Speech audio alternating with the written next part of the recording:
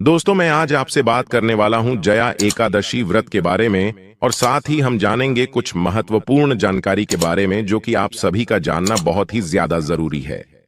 जैसे कि एकादशी व्रत के नियम, एकादशी व्रत हमें कब से शुरू करनी चाहिए, एकादशी व्रत कितनी संख्या में हमें करनी चाहिए, एकादशी व्रत में हमें क्या खाना चाहिए, किन नियमों का हमें पालन जरूर करना चाहिए, एकादशी व्रत में क्या कुछ निषेध है। यह जानकारियां एकादशी व्रत के पहले जाननी आपके लिए बहुत जरूरी है। तो दोस्तों, इस वीडियो में ये तमाम जानकारी आपको दूंगा। और दोस्तों, आज हम आपका कंफ्यूजन दूर करेंगे कि आपको जया एकादशी व्रत कब रखना है, 19 फरवरी या फिर 20 फरवरी को। लेकिन वीडियो को पूरा देखिएगा, तभी आपकी कंफ्यूजन दूर होगी। तो आज की वीडियो में हम जानेंगे कि जया एकादशी कब है, व्रत कब रखे, व्रत का पारण कब करें, एकादशी और द्वादशी तिथि कब से कब तक है, पूजा का शुभ समय क्या है, राहु काल का समय क्या है, व्रत का पारण किस दिन करेंगे, किस चीज से किया जाएगा, व्रत महत्व, नियमों के बारे में, विष्णु भगवान को क्या भोग लगाएं, क्या करें ना करें, हरिवासर कब से कब तक है, सारी बातें आज की इस वीडियो में हम जानेंगे। तो आप अंत तक वीडियो में बने रहे। नमस्कार दोस्तों, स्वागत है आप सभी का एक बार फिर से आपका पसंदीदा चैनल हिंदू रिलीजियस टेल्स में। दोस्तों, वीडियो शुरू करने से पहले एक बार पूरी श्रद्धा के साथ कमेंट सेक्शन में लिखें, जय श्री हरि विष्णु। भगवान हरि की कृपा आप पर सदैव बनी रहेगी और वीडियो को लाइक करके चैनल को सब्सक्राइब अवश्य कर लें। दोस्तों, प्रत्येक माह के कृष्ण पक्ष और शुक्ल पक्ष की एकादशी तिथि के दिन एकादशी का व्रत किया जाता है। इसे एकादशी 11 के नाम से जाना जाता है। एकादशी का व्रत सभी प्रकार के पापों को नष्ट करने वाली है। हर एकादशी व्रत का अपना विशेष महत्व माना गया है। इसी प्रकार से माघ मास के शुक्ल पक्ष में पड़ने वाली जया एकादशी व्रत का अपना विशेष महत्व है। जो भी भक्त सच्ची श्रद्धा के साथ, नियम और निष्ठा के साथ जया एकादशी का व्रत करते हैं, इस दिन भगवान विष्णु माता, लक्ष्मी भगवान विष्णु के श्री कृष्ण स्वरूप का पूजन करते हैं। व्रत में नियमों का पालन करते हैं, कथा श्रवण करते हैं। इससे व्यक्ति के सभी प्रकार के पापों का नाश होता है। इस व्रत को करने से अकाल मृत्यु का भय नहीं होता है तथा भूत प्रेत पिशाच आदि योनि से मुक्त हो जाते हैं, पितरों को सद्गति प्रदान करते हैं। तो दोस्तों, सबसे पहले मैं आपको बता दूं, एकादशी व्रत कब से शुरू करें। जो पहली बार व्रत करना चाहते हैं, खास तौर पर माना जाता है कि कोई भी व्रत हम अगर मार्गशीर्ष महीने अगहन माह से शुरू करें तो बहुत विशेष फलदायी हो जाता है। क्यों होता है, इसके पीछे एक कारण है, क्योंकि इसके ठीक पहले चातुर्मास खत्म होता है। देवोत्थान एकादशी के दिन, उसी दिन देवउठनी एकादशी के दिन हम उठाते हैं और विधि विधान के साथ उनकी आराधना की जाती है। और उसकी जो अगली एकादशी पड़ती है दोस्तों, वह पड़ती है उत्पन्ना एकादशी, जो कि को पड़ती है मार्गशीर्ष महीने में। तो उस एकादशी से आप व्रत शुरू कर सकते हैं। दोस्तों, क्या होता है कि इसमें भी कुछ लोग मानते हैं कि कृष्ण पक्ष से व्रत शुरू नहीं करते, शुक्ल पक्ष से शुरू करते हैं। तो क्योंकि एकादशी दोनों पक्षों में जो 11वीं तिथि होती है, उसको हम एकादशी पूर्णिमा के 11वीं तिथि को हम कृष्ण पक्ष की एकादशी कहते हैं और अमावस्या के 11वीं तिथि को हम शुक्ल पक्ष की एकादशी कहते हैं। तो जो शुक्ल पक्ष की एकादशी आएगी, आप उससे भी एकादशी व्रत शुरू कर सकते हैं, जो होती है मोक्षदा एकादशी। तो आप मार्गशीर्ष महीने के इन 2 एकादशियों से एकादशी व्रत की शुरुआत कर सकते। इसके बाद आप चाहे तो आप माघ के महीने से शुरू कर सकते हैं। चैत्र माह में शुरू करना किसी भी व्रत का विशेष होता है। उसी तरीके से वैशाख माह में भी आप कोई ही व्रत शुरू कर सकते हैं। तो ये 4 महीने बहुत फलदायी माने जाते हैं। अब आपको व्रत कब शुरू नहीं करना चाहिए? आपको पोष माह में, जो कि मध्य दिसंबर से मध्य जनवरी तक का होता है, इसमें नहीं करना चाहिए। आपको मलमास में नहीं करना चाहिए। अधिक मास जो होता है, अधिक मास इस साल लगा था, तो अधिक मास में कोई नए व्रत शुरू नहीं करते, तो एकादशी व्रत भी हम शुरू नहीं करते। तो इसी तरीके से इन चीजों को आपको ध्यान में देना है। व्रत शुरू करने से पहले जो एकादशी व्रत के व्रत होते हैं, वो एक साल में 24 होते हैं और अधिक मास लग गया तो 26 होते हैं। ऐसे में क्या होगा कि कुछ लोग केवल शुक्ल पक्ष की एकादशी रखते हैं तो वह 12 या 13 एकादशी साल की करेंगे। कई लोग दोनों पक्षों की एकादशी करते हैं तो ऐसे में वह पूरे 24 एकादशी या तीसरे साल में अधिमास लग जाता है तो 26 एकादशी रखते हैं। अब कुछ लोग जो कामना के लिए एकादशी की जाती हैं, सिर्फ वही चुनिंदा एकादशी विशेष कामनाओं की पूर्ति के लिए एकादशी व्रत करते हैं, वह भी आप कर सकते हैं। जैसे जो लोग साल भर नहीं करते हैं वह देवउठनी एकादशी जरूर कर लेते हैं। माना जाता है कि देवउठनी एकादशी के दिन देवतागण उठते हैं तो बहुत प्रसन्न होते हैं और आपकी जो भी मनोकामना है वह पूरी होती है। तो ऐसे में आप देवउठनी एकादशी कर सकते हैं। उत्पन्ना एकादशी का विशेष महत्व है क्योंकि इसी दिन माता एकादशी भगवान विष्णु की काया से उत्पन्न हुई थी, तो इस दिन को बहुत विशेष माना जाता है। तो आप इस दिन को कर सकते हैं। जो लोग पुत्र की कामना के लिए करना चाहते हैं वह पुत्रदा एकादशी करते हैं। जो लोग मोक्ष की कामना चाहते हैं वह मोक्षदा एकादशी करते हैं। तो ऐसे ही विशेष कामनाओं के लिए भी आपको एकादशी व्रत या साल की एकादशी व्रत, जैसे मान लीजिए साल की 5 एकादशी करना चाहते हो, 9 करना चाहते तो आप कर सकते हैं। तो ये मैंने आपको बता दिया कि कब से शुरू करें, कितनी संख्या में करें। अब एकादशी व्रत के जो नियम हैं वो मैं आपको बता देता हूं। जब आप एकादशी व्रत शुरू करते हैं तो ये दिन दिन का व्रत होता है। दशमी तिथि से ही व्रत की शुरुआत हो जाती है। मतलब कि दशमी तिथि को ऐसा माना जाता है कि शाम के बाद आपको भोजन नहीं ग्रहण करना चाहिए। जो एकादशी व्रत होता है उसमें शरीर में एक भी अन्न का दाना नहीं होना चाहिए। तो दशमी तिथि को भी आप सुबह स्नान ध्यान करके शुद्ध रहेंगे। पूरे दिन आपको इस दिन भी किसी भी तरह का तामसिक भोजन, मतलब मांस, मदिरा, लहसुन, प्याज, इसका सेवन नहीं करना है। दशमी तिथि को एकादशी वाले दिन आप व्रत का संकल्प लेंगे। एकादशी का जो व्रत होता है वो आमतौर पर निर्जला होता है। लोग निर्जला व्रत करते हैं, लेकिन अगर शरीर साथ नहीं दे रहा है तो एक समय का भोजन, वो भी फलाहार का, आप कर सकते हैं। उसमें कोई दिक्कत नहीं है। बहुत लोगों की क्योंकि अब परेशानी रहती कि एकादशी व्रत कर रहे हैं तो उनका स्वास्थ्य बिगड़ गया तो वो फलाहार कर सकते हैं। आप इसमें चाय, जूस, इन सब चीजों का सेवन कर सकते हैं। दिन में कोई मनाही नहीं है। अन्न का एक दाना आपको नहीं लेना है। द्वादशी तिथि जो तीसरा दिन होता है उसमें आपको विशेष जो पारण का मुहूर्त होता है उसी मुहूर्त में आपको पारण करना चाहिए और इस दिन भी आपको पूरी श्रद्धा के साथ व्रत रहना चाहिए। तो 3 दिवसीय व्रत होता है और कठिन है, क्योंकि श्रेष्ठ मानते तो नियमित भी इसके सबसे कठिन है।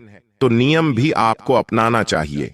व्रत में क्या खाना चाहिए और क्या नहीं खाना चाहिए ये बहुत महत्वपूर्ण है। तो यह मैं आपको जानकारी दे दूं।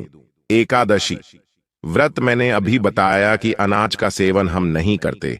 कई व्रत में हम करते हैं लेकिन एकादशी व्रत में हम नहीं लेते। तो एकादशी व्रत में आप फलाहार ले सकते हैं, जरूरत के हिसाब से पानी जूस ले सकते हैं, आप चाय भी ले सकते हैं, लेकिन अनाज से बिल्कुल दूर रहेंगे। एकादशी व्रत की डेट से पहली तिथि और दूसरी तिथि, द्वादशी और दशमी को तामसिक भोजन आपको नहीं करना चाहिए। यहां तक कि आपके परिवार में जो लोग हैं, कोई एकादशी व्रत करता है तो परिवार में भी इन 3 तिथियों में तामसिक भोजन, मतलब लहसुन, प्याज और मांस, इन सब चीजों का सेवन बिल्कुल नहीं होना चाहिए। तो भोजन संबंधी ये नियम हैं जिनको आपको जरूर मानना चाहिए। एकादशी व्रत की पूजा विधि होती है, मैंने आपको बता दी। तुलसी पत्र में हाथ में लेकर संकल्प लेंगे। व्रत की शुरुआत हो जाएगी और रात्रि जागरण का एकादशी व्रतों में विशेष महत्व होता है।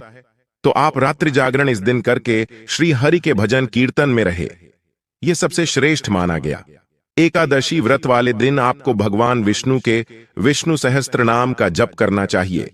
ओम नमो भगवते वासुदेवाय, जो द्वादश मंत्र है श्री हरि का, इस मंत्र का ज्यादा से ज्यादा बार आप जप कर सके उतना ही अच्छा है। एकादशी व्रत में जो 3 तिथियां व्रत की बताई है, उन तिथियों में ब्रह्मचर्य का पालन करना एक विशेष नियम है जो कि आपको जरूर करना चाहिए। तो ब्रह्मचर्य का पालन करना एकादशी व्रत की विशेष नियमों में एक है जो आपको करना चाहिए। इस एकादशी वाले दिन दातुन किसी भी लकड़ी वाले दातुन से नहीं करना चाहिए। दातुन आप आम के दातुन से कर सकते हैं या फिर नींबू या आम के पत्ते गिरे हुए रहते हैं, क्योंकि पत्तों को तोड़ना भी वर्जित होता है। तो जो गिरे हुए पत्ते रहते उसको आप चबा लें और उसको आप अपनी हाथ की उंगली से ही अपने कंठ और दांत जितना हो सकता है उतना कर सकते हैं, वो कर ले। एकादशी के व्रत वाले दिन ऐसा माना जाता कि अगर आप यह भी नहीं कर सकते वो हैं तो 12 बार पानी से कुल्ला कर ले। इसे भी दातुन माना जाता है, दांत की सफाई मानी जाती है। उसके बाद आप व्रत करेंगे। एकादशी के व्रत में दोस्तों एक और महत्वपूर्ण नियम है। क्या? एकादशी के व्रत में दोस्तों एक और नियम है कि आप श्री हरि के भजन कीर्तन में रहेंगे। आपको इस दिन किसी के बारे में बुरा नहीं बोलना है, बुरे वचन से आपको बचना है। एकादशी व्रत में ज्यादा बोलना भी मना होता है, तो आप इस दिन जितना कम बोले उतना ही अच्छा है। ये इसीलिए होता है कि हम ज्यादा बोलते बोलते कहीं किसी की बुराई या निंदा ना कर दें। एकादशी के दिन भजन कीर्तन विष्णु सहस्त्र नाम का पाठ करें, बहुत श्रेष्ठ कर होता है। इस दिन आपको साफ सफाई माना जाता है कि घर में विशेष सफाई भी नहीं करनी चाहिए। प्रतिदिन की सफाई है वह करें, कोई विशेष सफाई ना करें। ऐसा माना जाता है कि अगर आप भूमि शयन कर सकें तो बहुत अच्छा है, नहीं करते हैं तो अगर गृहस्थ में है तो आप नहीं कर पाएंगे तो आप कोई बात नहीं है। लेकिन ऐसे में जो वृत्ति भूमि शयन, ब्रह्मचर्य का पालन या जो खाने पीने की चीजें वर्जित है, निषेध है, उसको उस नियम को पालन करने के लिए और उसमें आपसे कोई चूक ना हो जाए, इसके लिए जो लोग साल भर का एकादशी व्रत करते बहुत महत्वपूर्ण है। ये जानकारी ध्यान से सुने। उनको चातुर्मास में जो 8 एकादशी व्रत पड़ेंगे वह नहीं करनी चाहिए, क्योंकि ऐसा माना जाता है कि चातुर्मास की एकादशी व्रतों में जो नियम है उसको पूरी तरीके से पूर्णता से मानना चाहिए। कुछ नियम हमसे छूट जाते, नहीं हो पाते तो कोई बात नहीं है, लेकिन चातुर्मास की गृहस्थ में हैं आप, परिवार है, घर है, बच्चा है, आप तमाम नियमों का पालन नहीं कर सकते तो चातुर्मास के 8 एकादशी व्रत आप ना करें। इसमें बहुत जरूरी हो जाता है सभी नियमों का पालन। तो ये जो नियम है बहुत ही जरूरी है। एकादशी व्रत में तो आपको करने चाहिए। पारण आपको द्वादशी में शुभ मुहूर्त में ही करना चाहिए। ये जानकारी आपको परणा की शुभ मुहूर्त की रखनी चाहिए। आपको ये जानकारी हमारे चैनल पर मिल जाएगी कि द्वादशी तिथि कब से शुरू हो रही है।